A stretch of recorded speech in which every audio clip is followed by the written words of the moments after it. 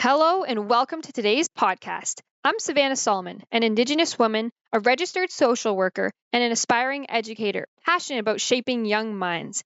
I've journeyed through an education system that often left me feeling isolated and underrepresented. Yet, those experiences have driven my dreams to transform education into an inclusive, socially just space for all learners.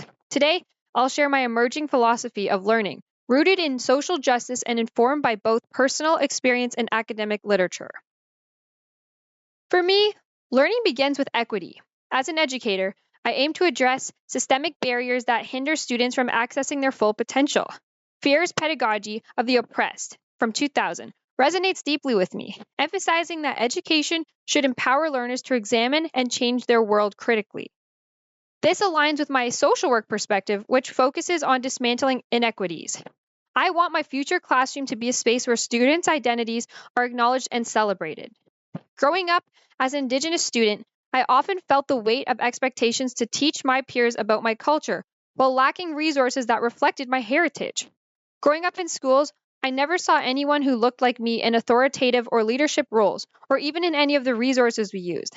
In fact, I remember the only time we ever talked about Indigenous peoples was in grade 10 history.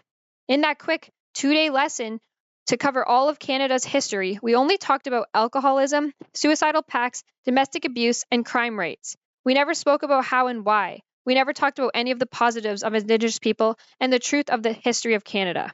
This left me feeling humiliated, isolated, and prejudged by everyone in my classes. I would never want my future students to feel like I did.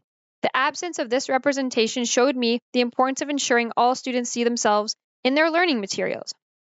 Incorporating Indigenous ways of knowing, like the 4 R's, respect, responsibility, reciprocity, and relevance, will guide me in fostering meaningful relationships and relevant learning experiences. A quick shout out to my mom, who I am so proud of. This video is sponsored by Good Minds, featuring my mom's children's book that happen to have main characters that are Indigenous, but the stories are not about being Indigenous or stereotypical things or events such as residential schools, sweat lodges, or powwows. My mom and I have created these resources for educators to use in their classrooms to help indigenize their classrooms in a way that uplifts and normalizes Indigenous peoples.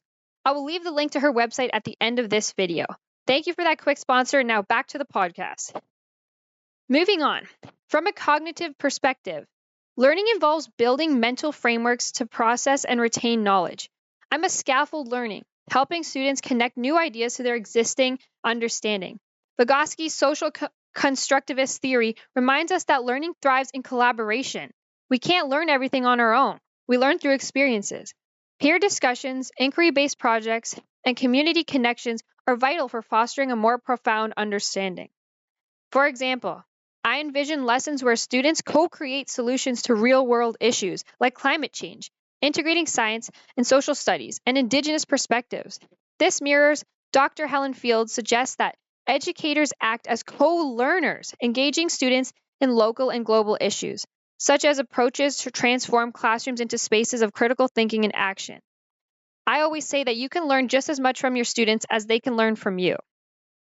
As an Indigenous woman who has beaten the odds, I carry a responsibility to ensure future generations don't face the same isolation I experienced growing up. My philosophy is simple yet profound. Learning should be a transformative tool for equity, collaboration, and empowerment.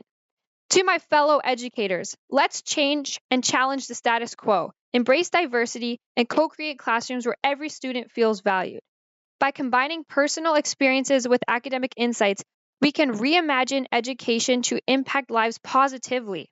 Thank you for listening and joining me today on my journey to make education inclusive. Please find the references at the end of this video. Thank you.